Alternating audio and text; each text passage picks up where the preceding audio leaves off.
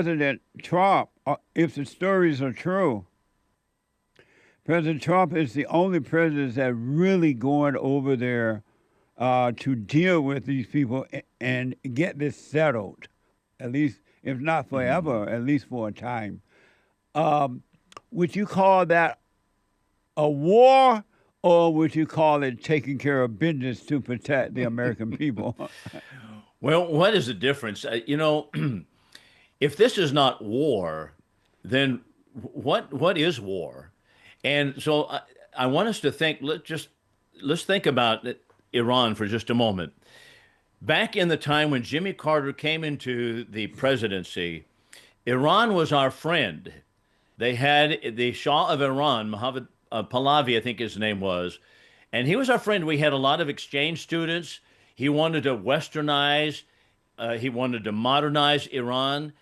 And so we had a lot of good relationships with Iran, but the left, including the Ted Kennedys of the world, Jimmy Carter now comes to be the president. They were continually haranguing about how bad the human rights were in Iran. So that's how the left continues to once again stoke the excitement of the people here. Well, they're not honoring human rights over there because they have a Muslim society, and this is how they operate, and they don't allow the women to do such and such, and so. But at that time, they were more moderate, and Mohammed Pahlavi, the Shah of Iran, was our friend. Well, what happened? So I would encourage everyone to get this book. It's by Hussein Nahavandi. Nahavandi wrote the book called The Last Shah of Iran. And he was the aide, a minister to Muhammad Pahlavi, the last Shah of Iran. And he tells about how Pahlavi wanted to continue to be our friend, but it was the Washington D.C. cut his throat, so to speak, because they continued to betray him. Not only so, but there are different reporters, such as Du Berrier, who was reported that at the same time we had hardliners such as the uh, the Muslim clerics who were held up or actually protected in the French village. And these we waited until we actually kicked out. And here's how Nahavandi put it: we kicked out the American people, kicked out Pahlavi like a dead mouse.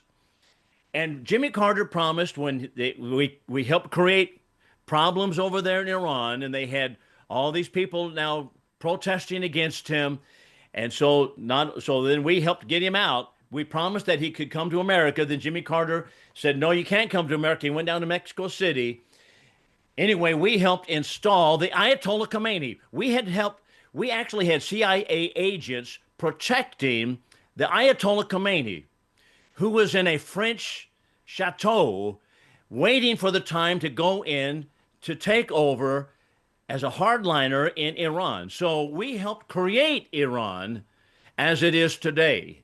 So that's how Nahavandi, as well as Duberrier, and as well as others, James Perloff is a columnist also, and he has documented it pretty carefully. That's So you can read all amazing. about this. So that's the background to it. So now we help create an enemy to the United States. I don't doubt that they are our enemy. I don't doubt that they are a nuclear threat. I don't doubt that. But if you go back and notice how we have helped create some of these problems ourselves Yeah. by our foreign interference, now we are, and I believe that we are in an unconstitutional war. I think it's a tar baby for President Trump. We're once again involved in an endless war, seemingly endless, in the Middle East defending Israel because because of NATO and President Trump's, and I think his bravado here said, they can't have a nuclear weapon. They can't. We're going to stop it. So now, okay, now where are we? We're once again involved in a war. The Constitution is clear that Congress is those who declare war. I know that people are going to say you're agreeing with the Democratic Party. You know what? This is the Constitution, and we have not. We have been involved. Listen, Jesse, we have been involved in war continually from the time I was born in 1958 till today. We are technically at war with North Korea. We have a temporary truce in place now. We have not declared war one time since World War II, and yet we have continually been in war. How is that the case? Because we have cast the Constitution aside, and James Madison put it this way. He said, you know, the most the biggest temptation to presidents is to be involved in war because they're able to gain more power that way. And so the temptation is there for presidents to commit our troops to war. Well, that's exactly what we've got going here. So I don't believe that it's a constitutional war. I am not denying that it's a threat, that Iran is a threat. But there are also other countries that are threats. How about Sudan? In Sudan, they have massacred thousands and thousands of people. Are we going to go there also? But Sudan is a black country, and they don't have sense enough to make nuclear wars. Well, I don't know what sense they have and don't have. But how about black China? People don't know how to make a nuclear weapon. How about China? Am I right about that? Well, I don't know who can make a nuclear bomb and who cannot. It's beyond me, Jesse. So I'm right there with the blacks because I don't know how to make a nuclear weapon either. Right. But so you think about China. China is also a threat to the United States. They have been undermining the United States since the 1940s, and yet we have assisted them, and our Congress has absolutely encouraged them and built up theirs. And the idea is, well, if we help them to modernize, then they'll get out of communism. No, that's not the case. That's not how you defeat communism. Same thing in North Korea. We were warned about this by General Douglas MacArthur. He said, you cannot defeat communism by simply staying behind the 38th parallel in Korea and hoping for the best and saying, you know, you stay on your side of the line, we stay on our side of the line. That's not how you defeat communism. So consequently, we have been at war continually. We fought the longest war in any time in the United States in Vietnam, but it was undeclared. An undeclared war. Excuse me. So President Trump is the only president I'm aware of that is taking China seriously, and he kind of watching them on the sideline as well. Yeah, and I appreciate Trump for that. I believe he's right about that. Yeah. I believe that he's on target with that. But at the same time, we have to recognize that NATO, the North Atlantic Treaty Organization, that NATO is an adjunct of the United Nations, which is designed for world government. So by the blood and money and treasure of the American people, we're going to war continually.